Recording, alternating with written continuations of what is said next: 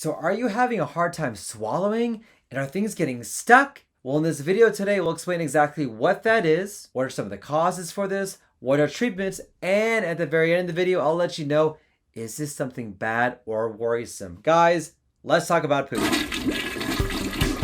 Howdy y'all, Dr. Samir here, aka your poop guru, trying to give you the best tips and tricks to help out with your health. If you haven't already, don't forget to smash that like button, like, share, and subscribe. And if you haven't already, come on guys, get with the program. Subscribe to my weekly newsletter. There are literally tons of people on this newsletter. No, I'm just joking. But no, please subscribe so you can get great tips and tricks just like you're learning on this video. Trouble swallowing, getting things stuck, feeling like you're choking is never a fun thing to experience. This is something I don't want you to experience at a great dinner when you're hanging out with your friends. All of a sudden, oh man, something's stuck. What do I have to do? Well, let's explain what that is. So that is called dysphagia, or difficulty swallowing. This is when things get stuck inside that esophagus, or you're having trouble, or things go down and doesn't go down all the way.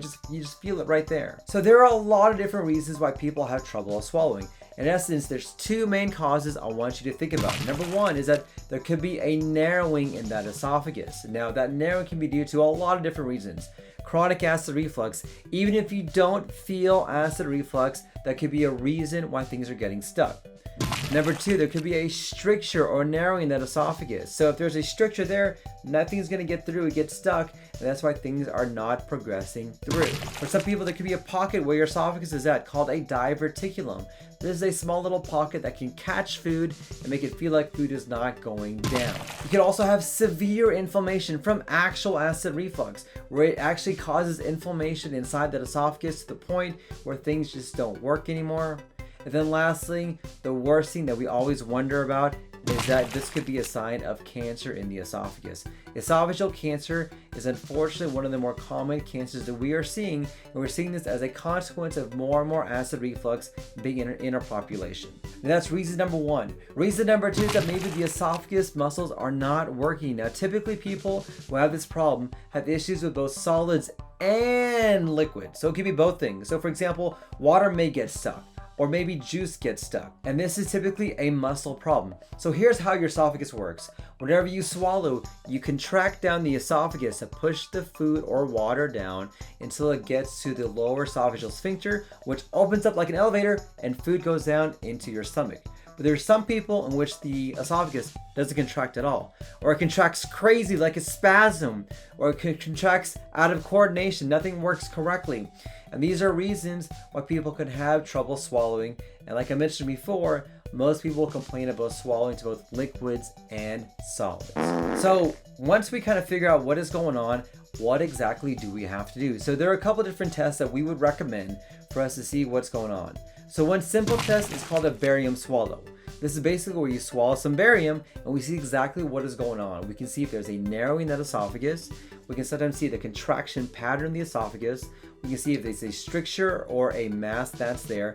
And it kind of gives a roadmap to allow us to see what's going on. Guys, I want to thank you for watching. If you like this video and you want more of this, smash that like button, comment down below. Another test that we have to do is called an upper endoscopy or an EGD. Now, I will tell you, if you're having trouble swallowing, you need to get a scope. There's no ifs, ands, or literal buts about this. You need to take a look. We need to take a look. We need to figure out what's going on, because we need to take a look inside that esophagus to see why things are getting stuck. So what we do with this procedure is that we give you some medications to put you to sleep. You won't feel anything. You know what's going on, guys. This is Dr. Islam's promise to you. And while you're asleep, we use a very tiny camera, look inside that esophagus. We can see if there is a narrowing that's there. We can see if there's inflammation. Maybe there's a hiatal hernia. Maybe there's something else going on inside that esophagus. And sometimes when we're down there, we can fix the problem. So for example, if there's a narrowing that's going on, we can do what's called the dilation, where we open up the esophagus and you get an immediate relief from that. Sometimes we can take biopsies to find out what exactly is going on. But the upper endoscopy is critical, necessary. How about that? Necessary for us to determine what is going to be the next step. Now, another test we may have to do is called a manometry test. Now, this is a very funky test that allows us to see how well the muscles of the esophagus are working. What we do with this test, all right, I'm not gonna lie, this test sucks. It is not fun. But in essence, we put a probe down your nose while you're awake for about 20 or 30 minutes, and we have you swallow some water.